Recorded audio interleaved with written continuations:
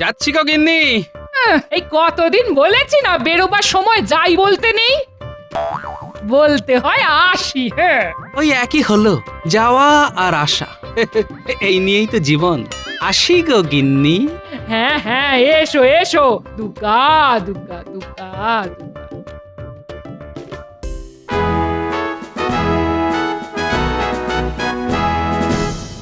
এই যে সব জানতা গামছাওয়ালা এলেন। তাই নাকি মন্ত্রী মশাই? এতদিন কেউ আমায় বলতো হাসির রাজা, কেউ আবার বলতো জ্ঞানের রাজা। তবে আজ আমার এই নতুন নাম দেবার জন্যে অজস্র ধন্যবাদ মন্ত্রী মশাই। আচ্ছা মন্ত্রী, গোপালকে তুমি হঠাৎ সব জানতা গামছাওয়ালা বললে কেন? প্রথমত, জানুক আর না জানুক, গোপাল সর্বদা এমন একটা ভান করে যে ও সব জানে। দ্বিতীয়ত, আপনার সভাসদ হয়েও সব সময় গলায় একটা গামছা ঝুলিয়ে ঘুরে বেড়ায়। দেখে মনে হয় যেন গামছার চলমান বিজ্ঞাপন। হ্যাঁ, আহ আহ আহ আহ। দেখুন মন্ত্রী মশাই, আমি সব জানতা কিনা জানি না, আর আচার আচরণও সেটা কখনো প্রকাশও করি না। কিন্তু আমার গলার গামছা নিয়ে আপনার কি কোনো আপত্তি আছে? মন্ত্রীর না থাকলেও আমার আছে। কেন মহারাজ? আবার জিজ্ঞাসা করছো কেন? আরে রাজসভার চারদিকটা একবার ভালো করে চোখ ঘুরিয়ে দেখো তো। হ্যাঁ মহারাজ, দেখেছি। কি দেখলে? নতুন কিছুই নয়। পোশাকগুলোর দিকে তোমার নজর পড়লো না? কি করে পড়বে মহারাজ? আসলে গোপালের নজর যে বড় ছোট। আহ, এটা অবশ্য তুমি ঠিক কথাই বলেছ মন্ত্রী। আট পরে খেটে ধুতি, কম দামি ফতুয়া আর গলায় গামছা ঝুলিয়ে নিত্যদিন রাজসভায় আসো। লজ্জায় একেবারে মাথা কাটা যায় আমার। আচ্ছা গোপাল, এরকম পোশাক পরতে তোমার রুচিতে বাধে না? কেন বাঁধবে মহারাজ? আসলে এরকম পোশাক কখনো পরেননি তো, তাই বুঝতে পারছেন না এই হালকা পোশাকে কত আরাম। হ্যাঁ, এই পোশাকে আরাম? আরাম নয়, পাতলা ফতুয়া দিয়ে ফুরফুর করে হাওয়া ঢোকে, তাই গরম লাগে না। এদিকে এই যে খেটে ধুতি, বর্ষাকালে পথে ঘাটে জল জমলে টুক করে শুধু গুটিয়ে নাও, ব্যাস, কাদা লাগার ভয় নেই। আর গলার ওই গামছা? চড়া রোদ উঠলে পাট করে মাথায় চাপা দাও, ছাতা লাগবে না। আর ঝপ করে বৃষ্টি এসে সারা শরীর ভিজিয়ে দিলে চট করে গামছা দিয়ে মুছে নাও। কত আরাম। ওসব আরাম হারাম আমি বুঝি না। কাল থেকে তোমায় ঝকঝকে পোশাক পরে রাজসভায় আসতে হবে। ধরে নাও এটা আমার আদেশ। পারবো না মহারাজ। এই আমার মুখের ওপর এত বড় কথা! কত বড় দুঃসাহস! হ্যাঁ, ঠিক আছে, ঠিক আছে। আমার আদেশ মতো পোশাক যতদিন না পরে আসতে পারবে ততদিন আর রাজসভা মুখ হবে না। যাও যাও, দূর হয়ে যাও, দূর হয়ে যাও আমার সামনে থেকে। ঠিক আছে, তাই যাচ্ছি। তবে যাবার সময় বলে যাই মহারাজ, আজ আমার যে পোশাক নিয়ে নিন্দেমন্দ করছেন, একদিন হয়তো সেই পোশাকেরই গুণগান করতে হবে আপনাকে। মন্ত্রী, বলুন মহারাজ। কাছে এসো, কথা আছে। কি গো, ঠিকঠাক কাজ হবে তো? দেখুন না কি করি। কিরে, পারবি তো? ঠিক পারবো। তাহলে ওর পেছনে ছায়ার মতো লেগে থাক। ঠিক আছে।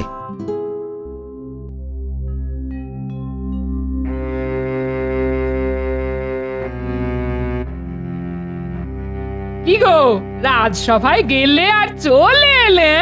না গো গিন্নি, আসলে মহারাজ আমাকে রাজসভা থেকে বের করে দিলেন। ও মা, সে কি কথা গো? কথা নেই বার্তা নেই, হঠাৎ বলে কিনা কাল থেকে আমাকে জবরজং পোশাক পরে রাজসভায় যেতে হবে। সে কি, কেন? আমার এই পোশাকের জন্য নাকি মহারাজের মাথা কাটা যায়। যত সব। তুমি কি ওইসব জড়ি টড়ি দিয়ে? পাগল, ওইসব জবরজং পোশাক আমি কিছুতেই পরতে পারবো না। তাতেই মহারাজ ক্ষেপে গিয়ে আমাকে রাজসভা থেকে বের করে দিলেন। তার মানে তো ঠিকই ধরেছ গিন্নি, আমার চাকরিটা মনে হয় গেছে। এই চাকরি যাওয়া মানে তো বেতন বন্ধ। আরে বেতন বন্ধ হলে আমাদের চলবে কি করে গো? তুমি অত ভেবো না তো। আরে কয় বিঘা জমি তো আছে নাকি, সেই জমিতে চাষ করে খাবো। তুমি পারবে? ঠিক পারবো। এত এতদিন মাথার কাজ করেছি, এবার না হয় খাটুনির কাজ করব। কোনো কাজই ছোট নয়, বুঝলে?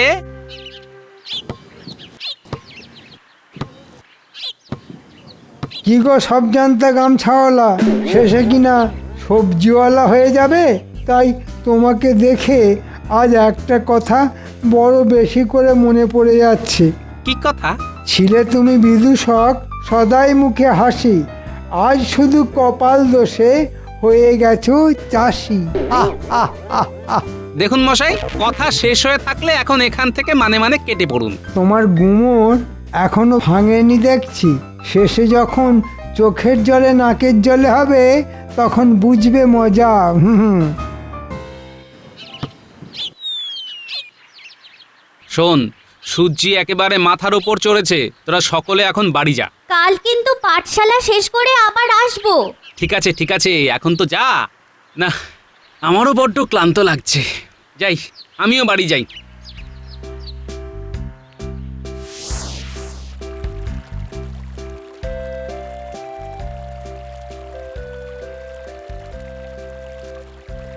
বাহ, কি সুন্দর তকতকে জল। এতক্ষণ কোদাল চালিয়ে সারা শরীর কেমন তেতে গেছে। এই তকতকে জলে স্নান করে তবেই বাড়ি যাব। আশেপাশে কেউ নেই, তাহলে এখানেই পোশাক খুলে গামছা পরে জলে নেমে পড়ি।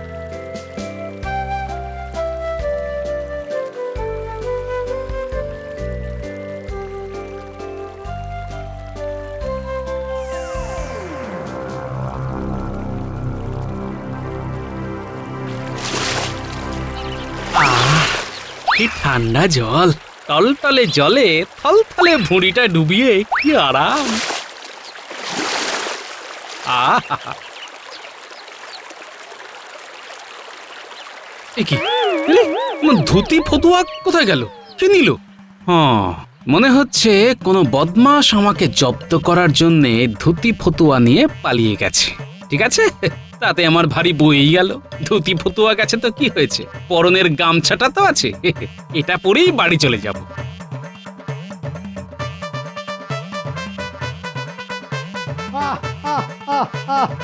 সাবাস সাবাস, দারুণ কাজ করেছিস। এ কি বলি, পরনে শুধু গামছা কেন? ধুতি ফতুয়া কোথায় গেল? স্নান করতে পুকুরে নেমেছিলাম, সেই ফাঁকে কোন হতভাগা এসে তোমায় গামছা পরিয়ে দিয়ে চলে গেল। হায় হায় হায়, চাকরিও গেছে, এখন ধুতি ফতুয়াও গেল। কি করবে এখন? দাদু এখন পেট ভরে চারটি ভাত দাও দেখি। কথা ছিড়ি দেখো, পরনের পোশাক চলে গেল আর ইনি পেট ভরে ভাত খাওয়ার কথা বলছেন। হ্যাঁ বলছি তো, এখন ভাত খেয়ে ঘুমাবো, তারপর যা করার কাল করব।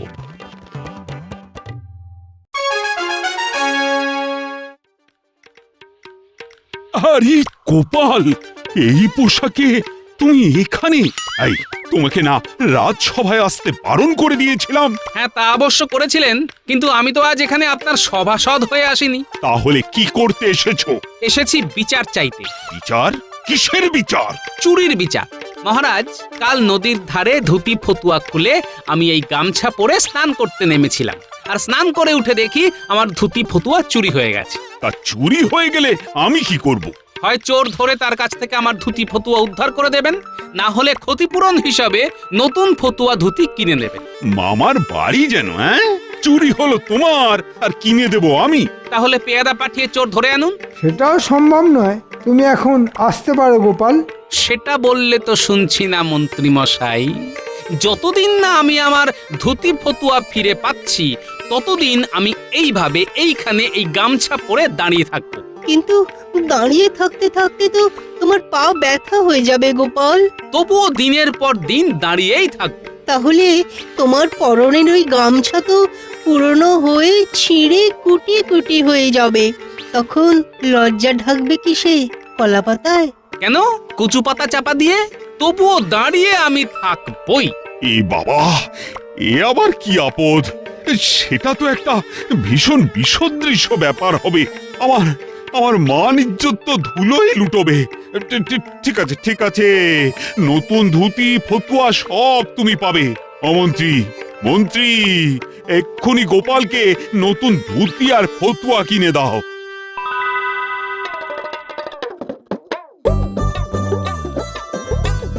গিন্নি, ও গিন্নি, আরে কোথায় গেলে গো? ও মা গো, গেলে শুধু গামছা পরে আর ফিরে এলে নতুন ধুতি ফতুয়া পরে? কে দিল? গামছা পরে সোজা চলে গেলাম রাজসভায়। আর রাজসভার মধ্যে আমার সেই অর্ধ উলঙ্গ রূপ দেখে মহারাজ কিনে দিতে বাধ্য হলেন। বাবা, আমি হলাম গোপাল ভাঁড়, আমাকে জব্দ করা অত সহজ নয়। দাও দাও দাও দাও দাও, ভাত দাও, ভাত দাও, বড্ড খিদে পেয়েছে। মহারাজ, এটা কিন্তু আপনি ঠিক করছেন না।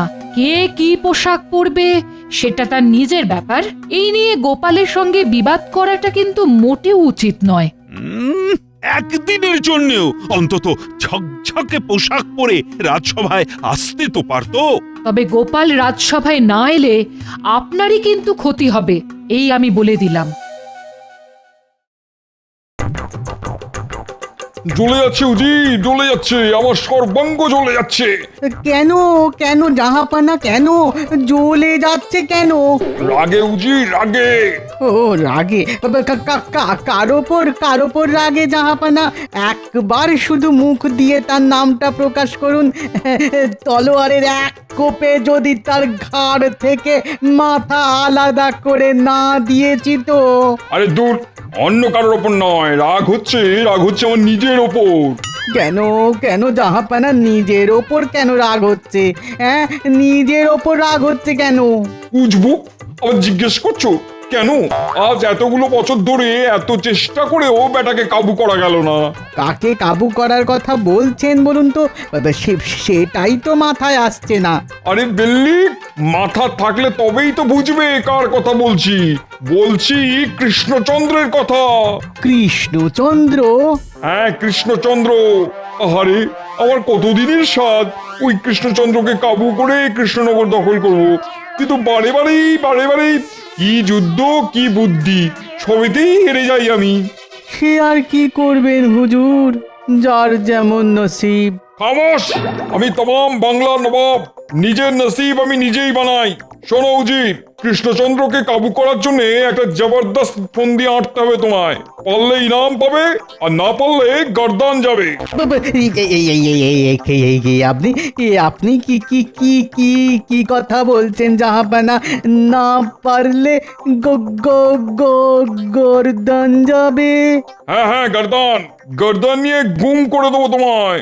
ইয়াল্লা, মাথায় এসে গেছে। কি?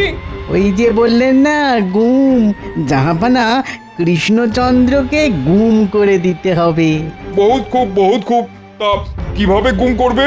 শুনেছি খুব ভোরবেলায় কৃষ্ণচন্দ্র একা একা বাগানে পায়চারি করে, আশেপাশে তখন কোনো প্রহরী থাকে না। হ্যাঁ, কথাটা আমি শুনেছি বটে।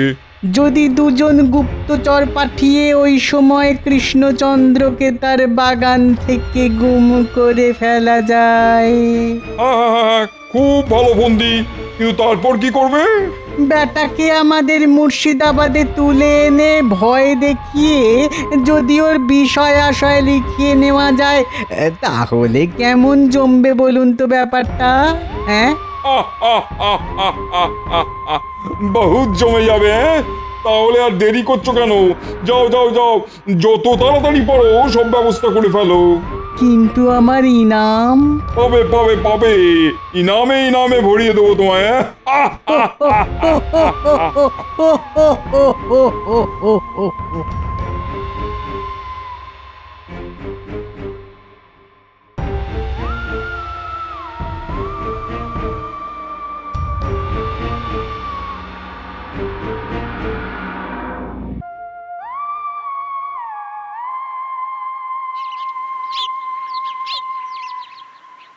বুঝলি পুঁটি, কদিনের মধ্যে মাটি কুপিয়ে আজ বীজ ছড়িয়ে দিলাম।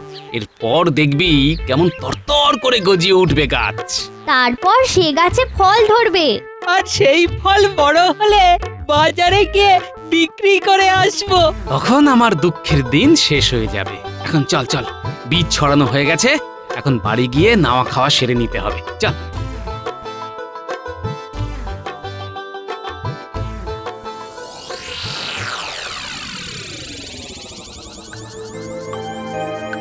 শোন, মহারাজের আদেশ মতো জমিতে ছড়ানো সব বীজ এমনভাবে ওলটপালট করে দিতে হবে যাতে একটা বীজ থেকেও গাছ না বেরোতে পারে।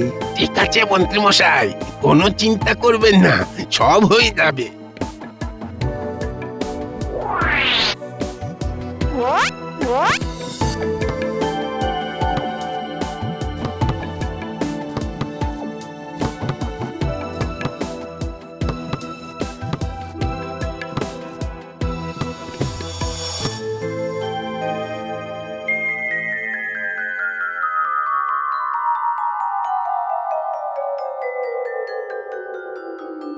এ কি, জমির এই অবস্থা হলো কি করে?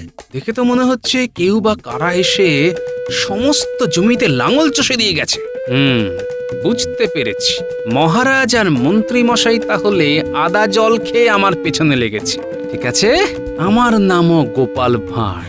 বীজ তো দূরের কথা, ফসলের দাম অবধি মহারাজের কাছ থেকে একেবারে উসুল করে নিয়ে আসবো।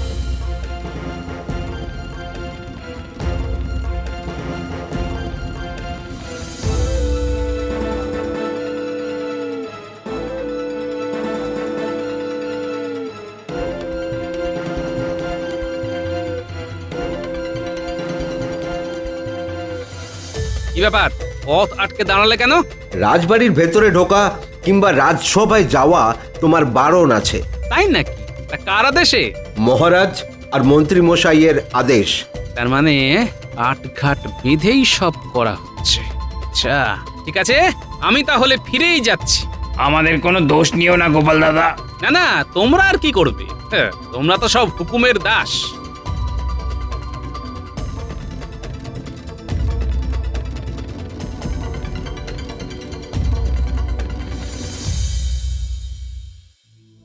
এই শোনো, একটা কথা বলছি, হ্যাঁ, সামান্য পোশাক আশাক নিয়ে তুমি আর মহারাজের সঙ্গে বিবাদ করতে যেও না। হ্যাঁ, দেখছো তো মহারাজ তোমার উপর কেমন খাপ্পা হয়ে উঠেছেন। রাজবাড়ির চাকরিটাও তো প্রায় গেছেই, তার উপর চাষবাস করে যে একটু করে কমবে খাবে, তার সব উপায় এক এক করে বন্ধ হয়ে যাচ্ছে গো। তা তুমি কি করতে বলো আমায়? বলছি কি, মহারাজের কথা মেনে তার পছন্দের পোশাকই না হয় পরো। অসম্ভব! কারো অন্যায় আবদার মেনে নিজের পছন্দের পোশাক আমি কোনো মতেই পাল্টাতে পারবো না। এই আমার শেষ কথা, ব্যাস। এই দেখো, দুম করে রেগে গিয়ে ঘর থেকে বেরিয়ে চলে গেল। হায় ভগবান, এই গোয়ার গোবিন্দ মানুষটাকে নিয়ে যে আমি কি করি। হায় ভগবান।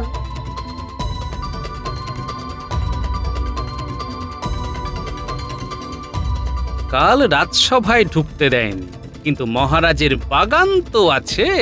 আজ বাগানে ঢুকে মহারাজের সঙ্গে একটা হেস্তনেস্ত করতেই হবে।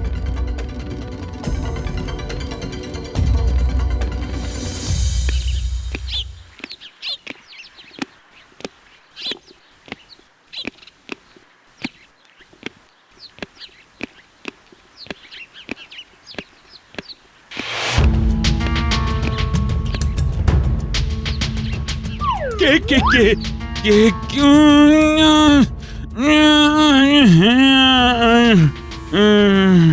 আরে এরা কারা? মহারাজকে এভাবে টানতে টানতে নিয়ে যাচ্ছে কেন? নিশ্চয়ই কোনো গোলমাল আছে। এই তোরা কারা? মহারাজকে এভাবে টেনে নিয়ে যাচ্ছিস কেন? বেশি কথা বললে মেরে টাক ফাটিয়ে দেবো। তাই নাকি? তাহলে দেখ কে কার টাক ফাটায়।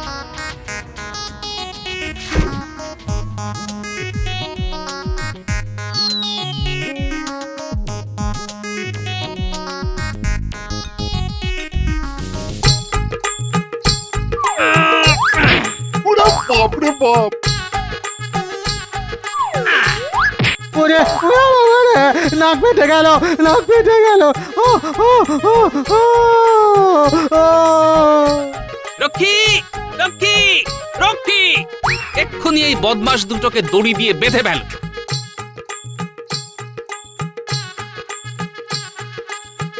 ও বাবা, গোপাল, আজ শুধু তুমি এসে পড়েছিলে বলেই আমি বেঁচে গেলাম, না হলে যে কি হতো। কিন্তু এদেরকে পাঠিয়েছে বলো তো? কিরে বেটারা, তোদের কে পাঠিয়েছে বল, বল। না বললে কিন্তু না না, আমাকে মেরো না, আমাকে মেরো না। আর এক লাগলেই সব ফুটি ফাটা হয়ে মরে যাব। আর মেরো না, মেরো না, মেরো না, মেরো না। তাহলে বল কে পাঠিয়েছে। মুর্শিদাবাদে, মুর্শিদাবাদে নবাব। নবাব? যাও, এদের কারাগারে নিয়ে যাও, তারপর আচ্ছা করে থেতো করে এদের আবার নবাবের কাছে পাঠিয়ে দেব। শোন বেটারা, তোদের নবাবকে গিয়ে বলবি এই গোপাল যতদিন বেঁচে আছে ততদিন মহারাজের কোনো ক্ষতি করা ওই বুড়ো নবাবের পক্ষে সম্ভব নয়।